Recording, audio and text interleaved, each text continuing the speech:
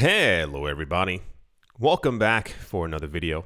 Hope you're all doing fantastic and that you're all having a wonderful day. I just woke up, so if I sound a little off or don't sound as chipper, it was terrible sleep. As always, likes, comments, and subscriptions are very much appreciated as they help with the channel's algorithm. And without further ado, let's jump right into it. The news today is an absolute mess. You'll see as we get into it. There's so much happening at the exact same time, it's kind of difficult to keep track of all of it. For those of you not looking at the screen, it says, get ready for Bitcoin volatility. 5 things to know in Bitcoin this week. There's not really that much to know, except for the fact that people have no idea where things are going to go. And you think I'm joking, but that's the basis of most of the actual price news. I read through this article that's right here that's talking about things to know in Bitcoin. No, it's basically talking about the other world events that are currently taking place and how that could affect the price of Bitcoin, either going up or going down, surprisingly. It says Bitcoin holds steady despite US CPI data spooking investors, is a crash to $12,000 in the offing. Should that be offering? Off time? I don't know what word that's supposed to be. So the idea is that, for those of you who missed it, last week we had news from the Federal Reserve or somebody standing somewhere that apparently inflation in the United States is not transitory. What? Big surprise. And is exactly basically where it was before. I think it fell by like a fraction of 1%, which is absolute nonsense. It's still extremely high. And it's even higher in many other places around the world. For some reason, after we received that news, stock prices actually still went up.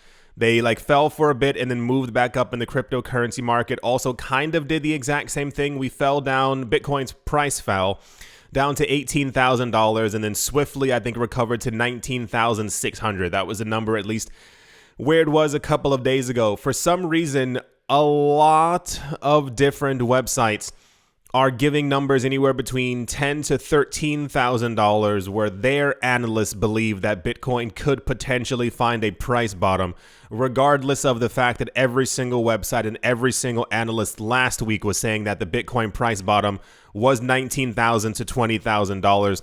On the screen, it says $12,000. This one says Bitcoin price prediction. Bitcoin to find a bottom between $10,000 and $13,000 December of this year. How they're getting that number, I'm not sure. Because the moment we or the world get any indication that the Fed is going to stop raising interest rates, everything's going to move up, and the idea of a $10,000 to $13,000 Bitcoin will no longer be in anyone's minds. This is reminding me very heavily of so many, it's just years and years ago. I don't remember the exact date. It was I want to say 2019. I don't know why. It just sounds correct. We started getting so much news as to where Bitcoin was currently at the time. And then everyone kept on saying that Bitcoin was going to fall down to 3,000. And I was like, where are they getting those numbers from? What's that other YouTuber who keeps lying to people over the last couple of years? I don't remember his name. He's super famous and popular. He's always incorrect. And I don't know why people watch him.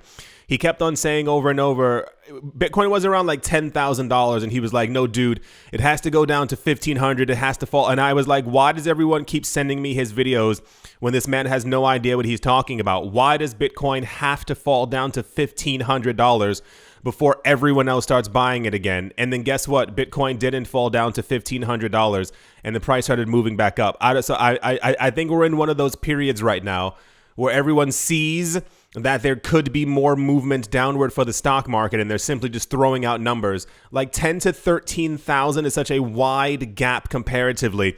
You might as well just say, well, 13 to 17,000. Which one sounds more better, or which one sounds more terrible to you when you're thinking about actually buying Bitcoin? It says Cardano price prediction, more pain yet to come.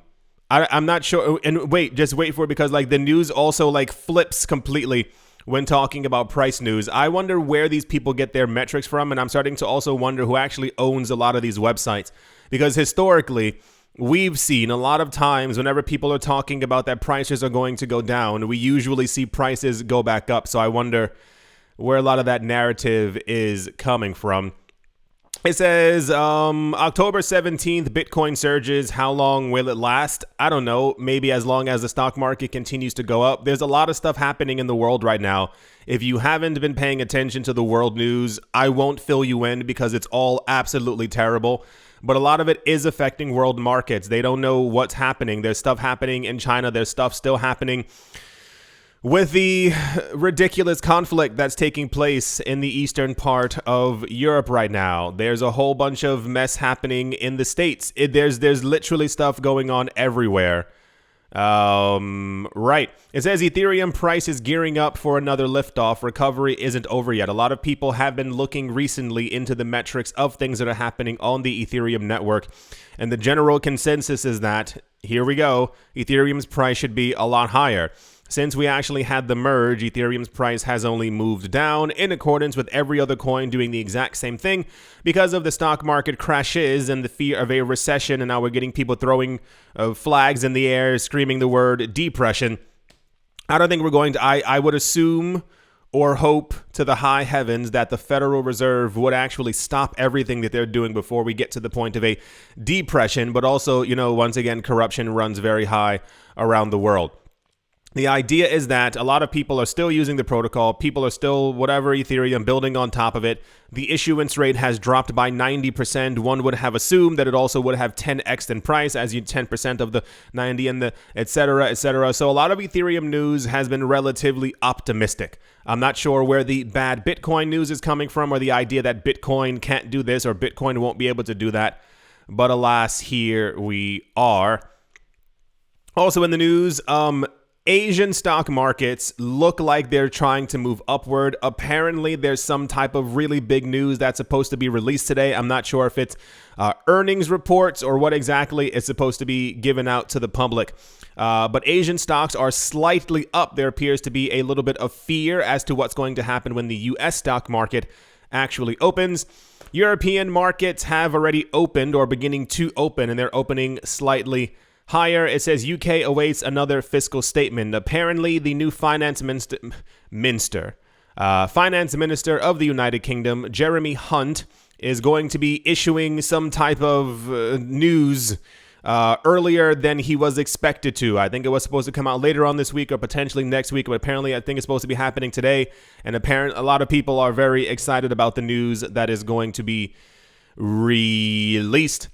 U.S. stocks at the moment, it says stock futures rise after a roller coaster week. Investors await earnings reports ahead. Yes, once again, this is another earnings reports time period of the year. Everyone's wondering how much companies have made. Did they make more or did they make less? I know that sounds stupid, but you want to hear if the company is still doing well, if people are going to be selling off their stocks, or people going to be buying their stocks, as we see that during a downturn in the market or the economy that people were still buying their products. Is their stock going to go up? Is there still confidence in their CEO? Yada, yada, yada, all those things. So if you look at the actual price charts for crypto over the last couple of hours, it looks like a jagged monster's mouth. Like, it just doesn't make any sense. It is such extreme downs and then very rapid highs going back up and down over and over.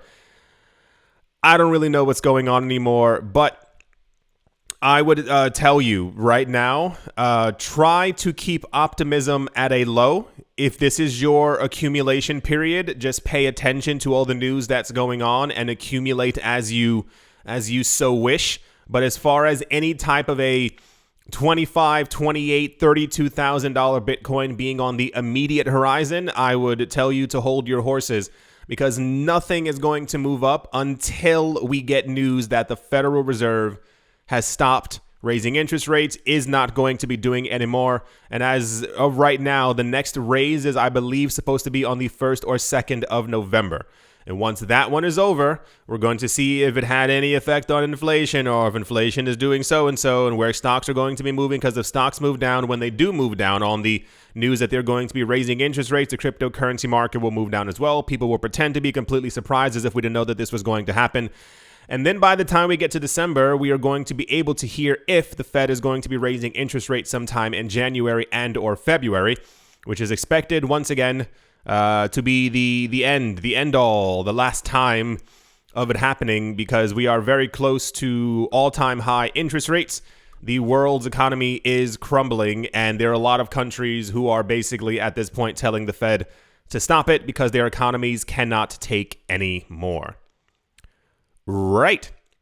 That's all the price news that we have right now. Cryptocurrency prices, I think, are currently in green, but it's like are you really green, or are you about to fall back into the red kind of position? Stocks around the world are currently up. Stock futures in the United States, which is usually what everyone else pays attention to for some reason, are currently in the green. We will see exactly when the market actually opens, if the earnings reports are actually what everybody wants to hear and turn higher, or if we are going to fall collectively as one gigantic market, because that's all that we are right now. That's all the price news that we have. And yeah, let's move on. So this is one of the most popular news stories of the day, and I saw this everywhere.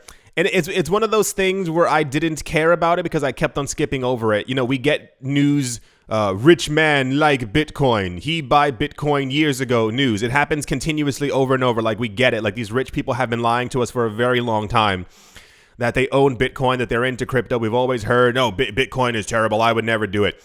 Basically, for those of you not looking at the screen, it says the former Morgan Stanley CEO says that he owns Bitcoin, because of course he does. The thing that I found the weirdest and why people kept on spreading this news story as if it was something revolutionary. This man talks like he lives in the 1920s, and I don't really understand how that portion of the news didn't really make it into everyone's headlines. So basically, he gave an interview over the weekend with CNBC's Squawk Box, which is a terrible name. Now listen to what he had to say, and this is why I think I really don't think he lives in the year even 2007 at this point. He said, and I quote, "Take crypto, for me, it's hard to understand why does it have value. So he says 50 years from now, maybe that'll be a huge way that monetary transactions take place, period." He goes on to say, it's easy to wire. That is a wire transfer. That is, something that we had in the 1930s. You don't have to worry about putting it in a bank. It's all on a computer. You got to make sure it's insulated, protected, and no one can break into it. But 50 years from now, I think things will be even more electronic. Whoa! And driven more and more by input from humans into computers on how to trade, how to take risk, and how to make sure they don't go over the limits. End quote. Why was this? So also, if you scroll down a little tiny bit more, he basically announces that he does own Bitcoin. He owns a company called Current, and he's into a whole bunch of other things. So by default, he does also have Bitcoin. He believes in a bunch of other people who are working with the technology. But bringing it on back, the thing that really got me was the fact that he's talking about in 50 years from now, things will be more electronic. You know that we've had robo-investors in AI investing since at least 2006, 2007, 2008, and it's done extremely well. You can even look at the Aladdin protocol from BlackRock. Like, world nations look at what that AI is doing and what that AI is buying, and they also follow suit. So no one else finds this part more significant, that this guy is talking about it's easy to wire transfer money than it is to use a computer. There's no real input by humans anymore when it comes to trading. The AI kind of does it usually on its own. If anyone didn't catch that part. So the news is his name is John Mack.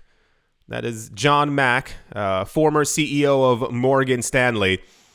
Said that he likes wire transfers. They're super easy. He doesn't understand. Sometimes I walk by and I don't understand how these places are still open. I walk by a MoneyGram or a Western Union sometimes, and their lines are so long. And I just don't understand how no one understands that. And I'm not even talking about like crypto. Like, there are thousands of other apps that people can use to like transfer value or transfer money to other people around the world. How are these companies that have like a 25% fee still in business? I'm not really getting it. So that's the rich person, definitely owns Bitcoin, but he thinks that it's easy to wire. So maybe if we're lucky, in 50 years from now, I don't know anyone who even uses cash. Everyone either taps their card or taps their phone, and a couple friends are fancy enough that they tap their watches. But maybe in 50 years from now, maybe we'll be talking to computers and giving them some kind of input. Like what kind of what kind of conversation was this? Anyway, that's the rich guy definitely owns Bitcoin news, because they all do. All right. Let's move on. Also in the news, for some reason, a lot of people try to make this news, but it's not really news at all. For those of you not looking at the screen, it says Ripple versus SEC. Here is when the Hinman documents could be submitted. The answer is no one knows. Yep, surprise, you don't have to read the entire article. The entire idea is that the judge has apparently ordered or announced that the SEC can no longer delay the giving over of the Hinman documents, which apparently have information inside of them as to why the former head or chair or person or CEO or ABC of the SEC, why he believes that Bitcoin and Ethereum were not securities. Apparently, that's all it really says, and apparently now it has to be handed over. But the issue is that the judge never gave a date for it, so we kind of just have to sit back and wait. Yeah, see, it's weird, right? There were tons of websites that were talking about, like, when will the Hinman documents be revealed or given to us? Read more. And it's a super long article, and the answer is no one knows, because the judge did not give a date. Also in the news, apparently Brad, and this is, I totally understand and agree with him, but I think people are inflating this a little bit more than they actually should. Brad Garlinghouse was recently on Twitter, and he was announcing that he's angry, and I totally get it. People were asking him how he feels about the lawsuit, how he feels that everything has been going on when it comes to Ripple and XRP and the SEC, and he said, my outrage has grown as the litigation has unfolded. There is no recourse. There are no consequences to those that brought this lawsuit. The SEC's pursuit of a policy objective isn't about a faithful allegiance to the law. It's about power. There is no regard for those companies and people that this approach has harmed. We should all be outraged. The SEC has clearly forgotten that the government works for the people. A lot of people took this as like a battle cry, a rally cry, throwing their hands into the air and running like what's that movie where everyone paints their faces? Rawr, you cannot take our Bitcoin, but you can take our freedom. What's it called? I don't remember what it's called. I want to say Outcast. That's not it. Braveheart. Yes. The guys with the face paint running and they're screaming, and it's super, super famous. Yeah, I've been saying that for a while, and I assume that the people from Ripple are also a little upset as well, because they've now paid well over $100 million in legal fees. Whatever happened, does anyone know? Because it completely left the news, and this kind of takes precedence over it. Whatever happened to that guy, for those of you who missed it, in 2017, there was someone who allegedly started trading XRP. He said it was cool. He said it was amazing. And then in 2018, the prices went down, and he said he lost money. More specifically, it is alleged that he lost around $500. To clarify, that's not 500,000 or 500 million. It is 500. Right, that's it. Dollars. And then he claimed that XRP was an unregistered security and that he wanted to sue the company Ripple. How did that lawsuit end? Did it end? Like what happens? Because I always find a lot of times I don't understand. I totally get what he's saying. Like, there's no consequences to people who started the lawsuit. Like, you can just be a terrible person if you want. And then after that, what actually ends up happening? So, yeah, this was very big news as well, tying into the other XRP and Ripple are in the news every single day. Because of this lawsuit, a lot of people were talking about that they think it could come to a head and or end somewhere around November. No one knows. Same exact thing for the other one. If we don't know when the documents have to be handed over, no one knows when this lawsuit is going to end. Apparently, both sides have already filed for a motion to end or a motion to stop it or a motion to end I don't know what it's called, to end the entire lawsuit. So hopefully it happens soon so we can stop talking about it. I am expecting, people were asking as well, if I expect XRP's price to go up once. Yes, of course. Once the lawsuit is over, that's the only thing that's holding it down. And I would not, never, ever be surprised if we find out in a documentary 15 years from now that some of the current workers of the SEC were actually buying XRP behind the scenes while all of this was happening, knowing that they were suppressing the price. Yeah, we should all be outraged, but once again, crypto is very tribal, and people keep thinking that what's happening to Ripple is not going to happen to any other company. You are going to be terribly surprised when your coin falls down by 90% and stays there for a couple of years because the SEC believes that they have jurisdiction over it. Anyway, that's all the Ripple news, at least what's in this video, because there was also a lot more. People keep talking about stuff. Anyway, that's the Ripple. Brad Garlinghouse's outrage. Can you imagine? Can you imagine having spent $100 million just on legal fees and you are still nowhere after 2 years because these people have lied? It has nothing to do with helping the people, being for the people. It's all about power. I'm like actually disgusted every single time that I talk about it because so many of you who hold these other coins, you think this means nothing to you. You roll your eyes, you suck your teeth, and some people have already clicked away at the video.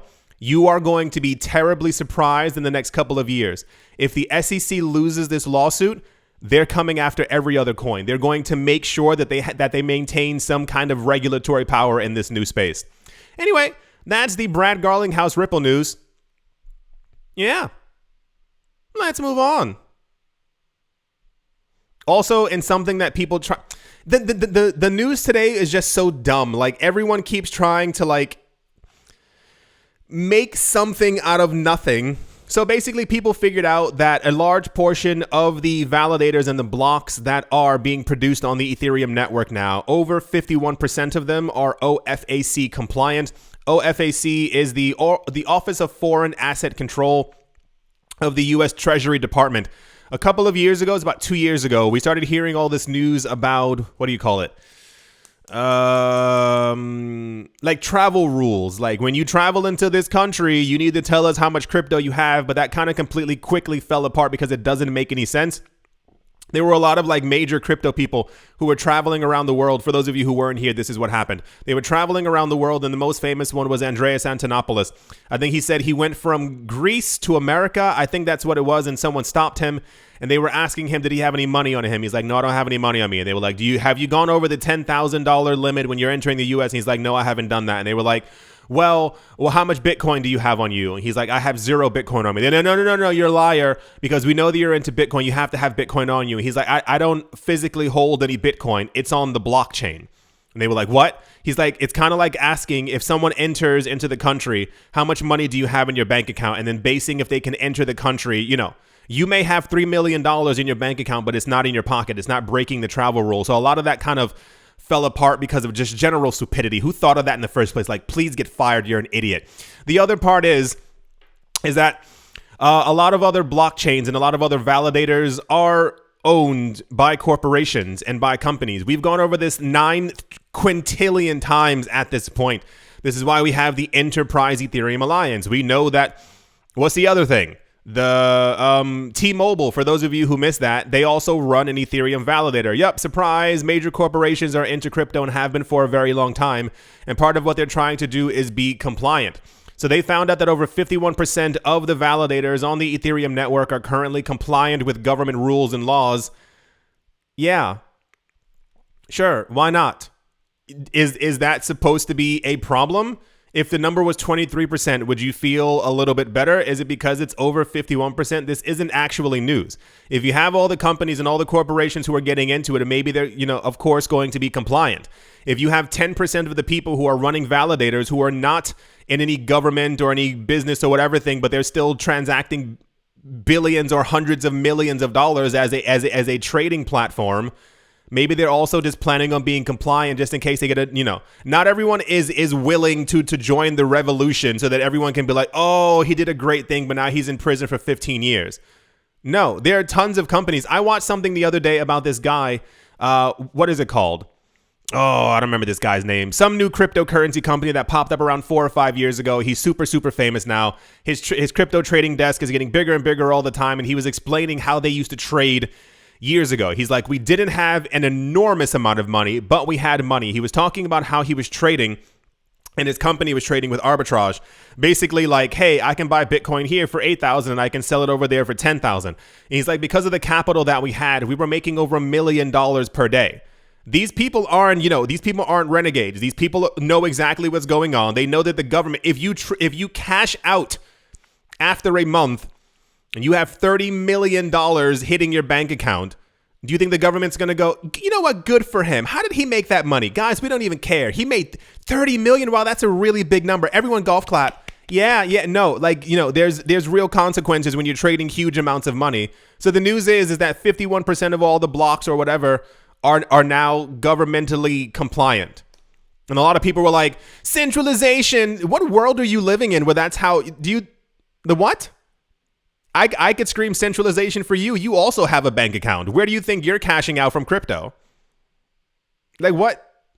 Anyway, so that's the Ethereum block generation is now more than 51% OFAC compliant. Because have you not realized all the regulation and stuff that's going on? The governments are a little annoyed that all this money's floating around and they don't have their slice of the pie.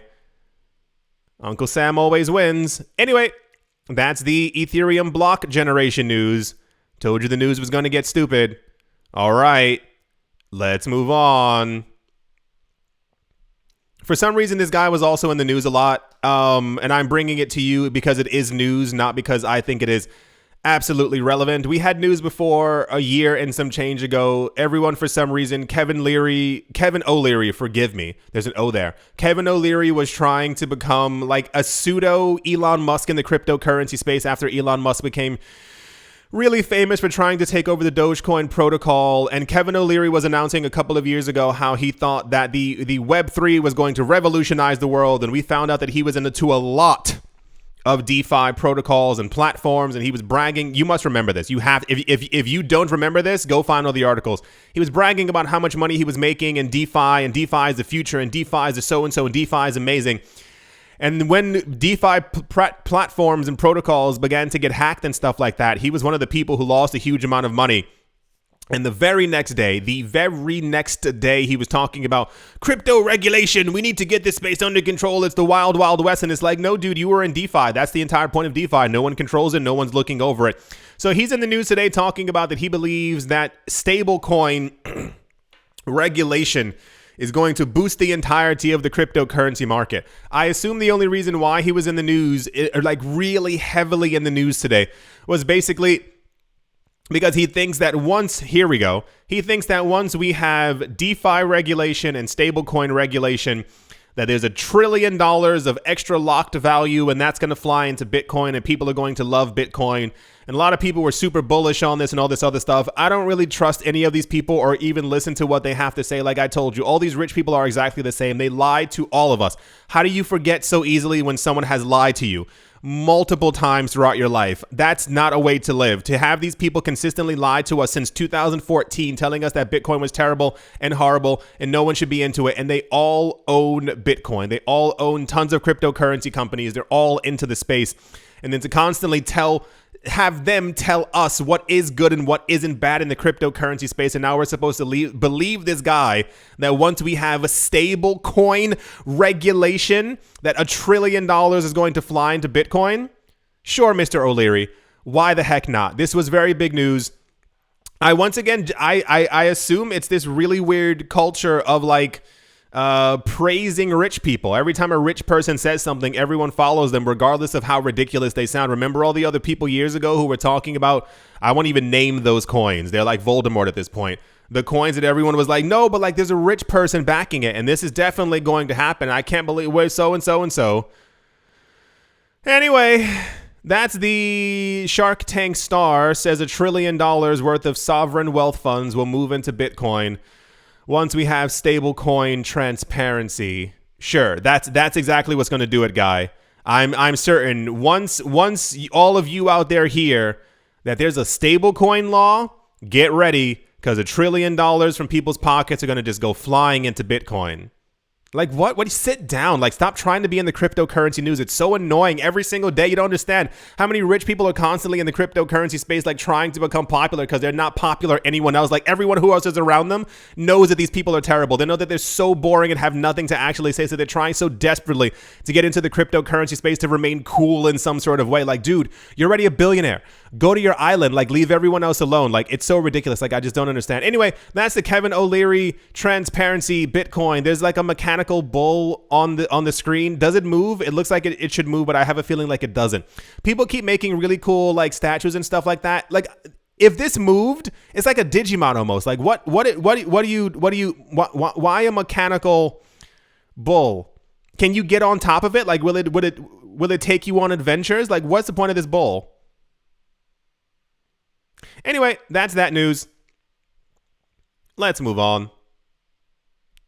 Also in the news, the people from Terra Luna Classic, or the Terra Luna Classic community, is trying to start a petition to get listed onto Robinhood. This closely follows the petition from the Terra Luna Classic rebels or communities like 4 days ago, trying to get the coin listed on Coinbase. Sure, why not? Go for it. I mean, like, really, by all means, like, live your best life. I hope it works out for you. I hope the coin gets listed everywhere. Coinbase is a bit of a stretch because Coinbase doesn't really. And the other news is, sure, I think it could get listed on Robinhood. I think it took Shiba Inu, what was it, like a year or something like that to finally get listed on there. So I assume mid and or late 2023 we'll probably have it on Robinhood. I still don't get, have you not seen that Robinhood documentary, or the one that's on Netflix where they're talking about the whole GameStop thing? Yeah, what's going on in the world that so many people keep trusting things in general? I was going to say protocols or website, just things in general that have like openly spit in their face. Like, what is the appeal of something that you know isn't really for you or your community, but you continuously try to get them on your side? Like, what is that thing? I don't really understand. Like, I understand the point of a petition. You want the coin to be listed on more places, and Robinhood is fairly popular, but we've also had many allegations over the years about them. So it's kind of like, once again, when Shiba Inu, almost said Shiba Inu Classic, when Shiba Inu was listed on every other crypto exchange, but then it got listed on Robinhood and the price went up by 20%. I don't understand most of the world. And what's this one? Yeah, that's the Terra Luna Classic news. And one of my favorite news stories of the day, because I knew exactly, and listen, you have no idea. I don't know if I'm psychic. I don't know what's going on, but I knew exactly what this was the moment I heard about this. So this actually got started sometime at the end of like Saturday, maybe early Sunday. I don't know the exact time frame. Doesn't really matter. The news was, and people tried to sensationalize this, and I was like, oh boy. The news is that the head of Coinbase, the CEO, his name is Brian Armstrong, announced that he was going to be selling a large portion or portions of his shares of Coinbase. And immediately people were like, oh, he's selling because it's a rug pull. And I'm like, that's not how it works. I don't understand how you don't understand how companies work at this point. People were like, oh, he's rug pulling. Oh, he's finally leaving the company. And I saw the headline announcing Brian Armstrong is selling a portion of his shares, yada, yada. And I knew exactly what it was. And I listen, you think I'm joking? My hand is raised.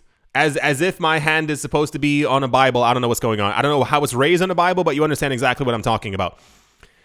He's selling a portion of his shares to fund scientific research. I will give you a digital cookie if you can guess exactly what type of what type of scientific research this is. And it's not difficult to figure it out. Because every EVERY other billionaire is funding the exact same scientific research right now. They're all doing the exact same thing. Have any of you heard of CRISPR? CRISPR, clustered, regularly interspaced, short palindromic repeats? Anyone? Super popular in the news. He's selling a portion of his Coinbase shares because he wants to live forever. Haha, yeah, crazy, right? I knew it immediately because every billionaire is doing the exact same thing. The most popular of the news is that allegedly, what's Microsoft guy's name? Guy with the glasses of Microsoft man, whatever his name is. He apparently is also funding a company for what they're calling longevity research. Elon Musk has a company. What's the other guy? Oh gosh, all these Bezos. Bezos also has a company. I think Jack Dorsey has I think allegedly he's also funding another company as well. He said, "I'm passionate," and I do quote, this is from the CEO of Coinbase. He said, "I'm passionate about accelerating science and tech to help solve some of the biggest challenges in the world." He means dying. I'm not joking. You think I'm joking. To further this, I'm planning to sell about 2% of my Coinbase holdings over the next year to fund scientific research and companies like New Limit and Research Hub. New Limit is a medicinal firm focused on extending human life. If you have not heard about CRISPR, CRISPR, go look it up. I know if one of my closest, if not my best friend, Hello, is listening to this right now, I know he's laughing and he's slamming his hand on the table repeatedly because we talk about CRISPR so often. There was a documentary, get ready for this one. There was a documentary, there's so much to talk about. There was a documentary years ago where they were going around the world and they were asking people, if you could, would you want to live forever? And there was such an interesting disparity in what the answers that people gave. So they were going to a lot of places in New York, like really rich areas. They were going to Vancouver. They were going to many other places asking people this question. And the constant answer from very rich people and very rich countries was a resounding yes. You know what? I wouldn't mind living to be like 5,000 years old. 2,000? I mean, sure, why not? And they were asking these people questions, you know, not how much money do you make, but are you well off? And they're like, yeah, I'm doing pretty well. And they started asking the same exact question to other people in other places around the world that weren't as economically benefited. And the answer was a resounding no. They were like, no, I would not want to live like this for the next 2,000 years. I work 12 hours a day. That sounds terrible, the idea of doing this forever. It's the idea that you have so much money, you need to figure out how to hold on to it forever. Watch documentaries, I'm telling you. And the rich people say it openly. The idea is that they have everything. There's nothing else that they want except for more time. In the year 2000, scientists figured out what CRISPR was. It's basically gene editing software. They have figured out how to take like codes or lines of DNA and basically like snip them out. So a lot of us people in general, we are predisposed to a number of sicknesses and or illnesses because of what's encoded in our DNA. Scientists figured out, not joking, look it up, how to snip those portions out. And like you can reinsert or you can simply just leave it as is, you know, the DNA, whatever. And then that part of the DNA that would have given you a certain sickness or illness is erased from your body. They've done it many times. There's a really famous woman, it happened to her a couple of years ago. Not to bring this into like a scientific topic, but we're here, so it's happening. And she was cured of sickle cell anemia. Like they edited it out of her system. They can literally do it to nearly everything. They figured it out in the year 2000. They got really good at it around the 2010s. And then 2020, they basically perfected it. There's a documentary on Netflix. Hold on. Stay. I have to find the name of this on my phone.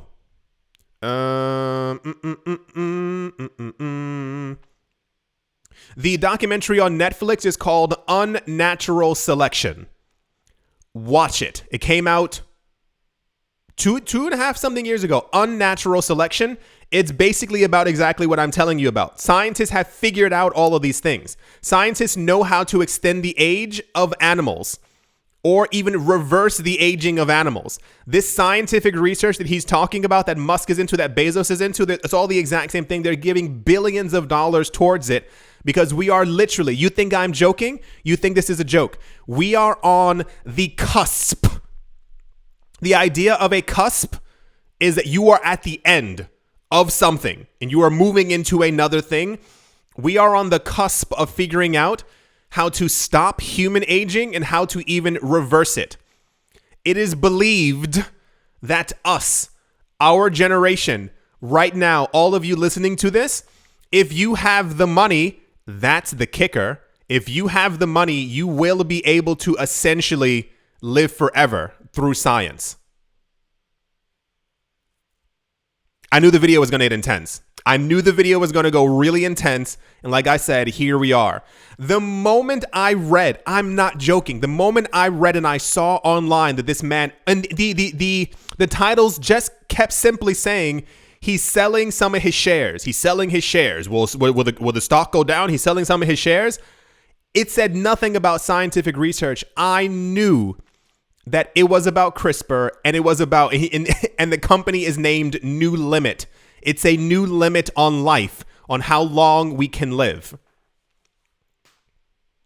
The craziest part is I've spoken with so many people about this. I've tried talking with a number of scientists, but I think scientists are sometimes very iffy when I try to talk to them. Anyway, the entire idea is that once they figure out how to do this, the only thing that's left is to really market it. And I was talking, hello, best friend. I was talking with my friend, and we were like, how do you market eternal life? There's a number of ways to do this. You either have celebrities who are taking the pill or who have got the procedure done to tell other people, hey, you can get the same exact thing to be as beautiful as me. But that's not really how you extend this the entire idea of pharmaceutical companies is to basically make money forever. And we were like, when this does come out, they're going to find a way to market it to people, and it's probably going to be in the form of a pill that you have to take every single month. If you have money, if you have passive income, if you have other sources of income, it'll be relatively fine for you. We were trying to figure out like how much, we were asking people, how much would you pay per month to live forever? And the general answer was anywhere between $1,000 to $5,000. Think about that. People are willing to shell out $1,000 for a pill to basically continuously live forever. And then we were like, if you had to work at a job, your current job, where you're working right now, and the pill was given to you by your employer for as long as you work there, how long would you work at that job? And a lot of people were like, for as long as I could, for hundreds of years. You know, if I have eternal youth. Sorry for going completely off tangent. I'm completely off tangent, but I knew it. The moment I read this, there's always a point where these people get so rich and they start announcing that they're getting into scientific research. Look it up. I'm telling you, every billionaire is funding a company right now for CRISPR or for some type of longevity. What was the other guy? Was it the guy from, I think it's Peter Thiel. Oh my gosh, look up Peter Thiel. I'm pretty sure Peter Thiel is also has his own company. And he announced, this was a year or two ago, he said that based off of current science, I don't know what he found or if his company found anything, he's expecting to live to be at least 180. And that's not like a decrepit 180. That's not like a falling apart, like, person, shriveled up. No, like, watch that documentary, Unnatural Selection. They know how to reverse aging already. It's just a matter of making sure that it works perfectly on humans. And especially with AI, like doing all the calculations, they'll be able to figure this thing out in the next 5 to 10 years. And then you got to figure out how to market it. How do you get people to continuously buy that forever? Because people already have to pay light, gas, electricity, all these other monthly expenses. How do you give them one more? Isn't that so fascinating? It's so I think it's so insane. And this is part of what I was talking about before, if we want to get into that conversation as well. Remember a couple of years ago, or even now, I still talk about this, like where we talk about the haves and the have-nothings. Can you not envision a world where, hear me out here. Here's probably the craziest one. Like, this is actual tinfoil hat. Because I was telling my friend, I said, all the rich people who are into CRISPR, who are into all these things, they also own Bitcoin. Why the sudden push from all these people talking about how amazing Bitcoin is, how awesome Bitcoin is, how stupendous it is?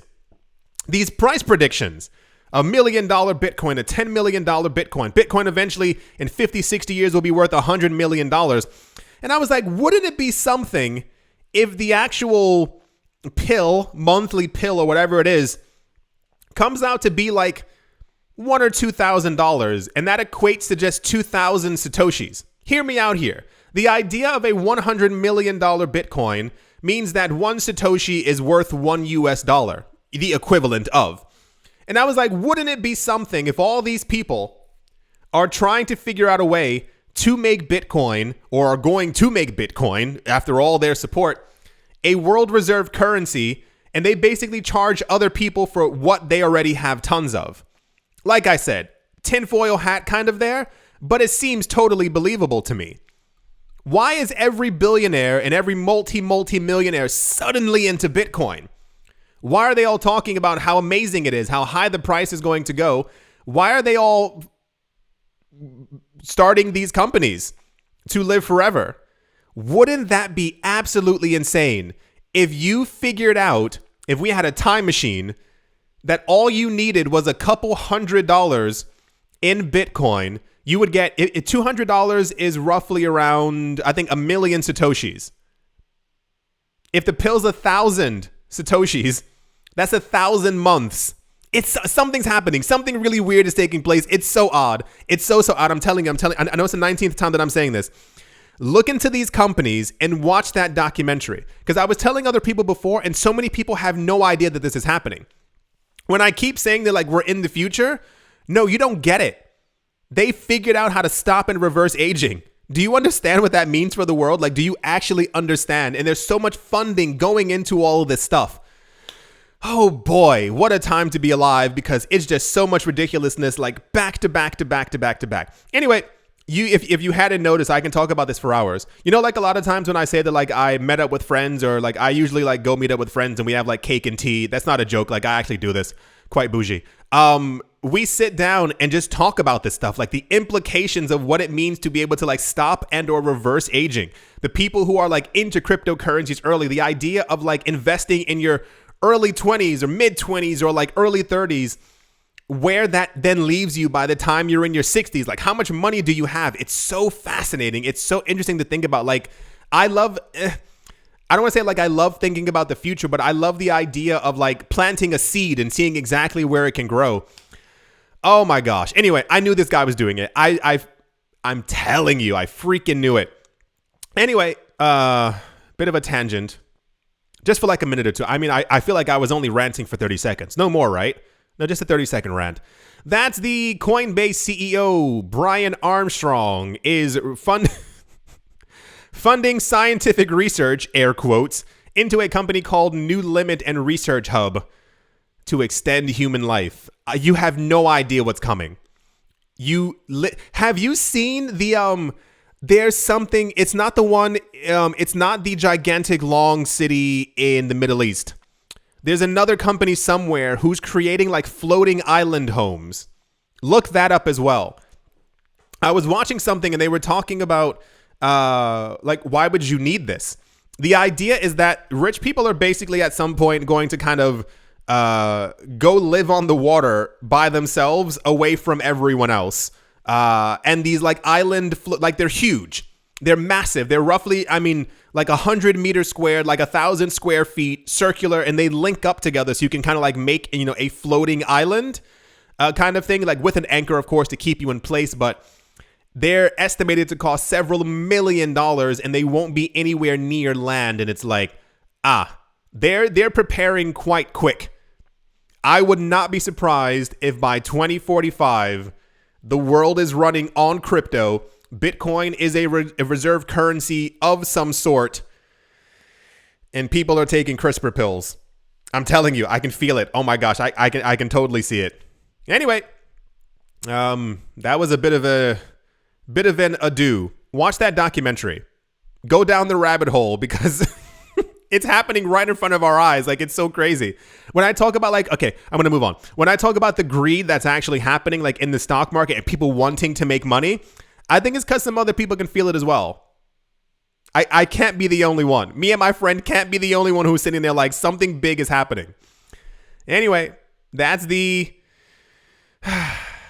extending human life news. Oh my gosh, you don't understand, dude. Look up CRISPR. All right. Finally, let's move on. as always, a very special thank you to my Patreon supporters.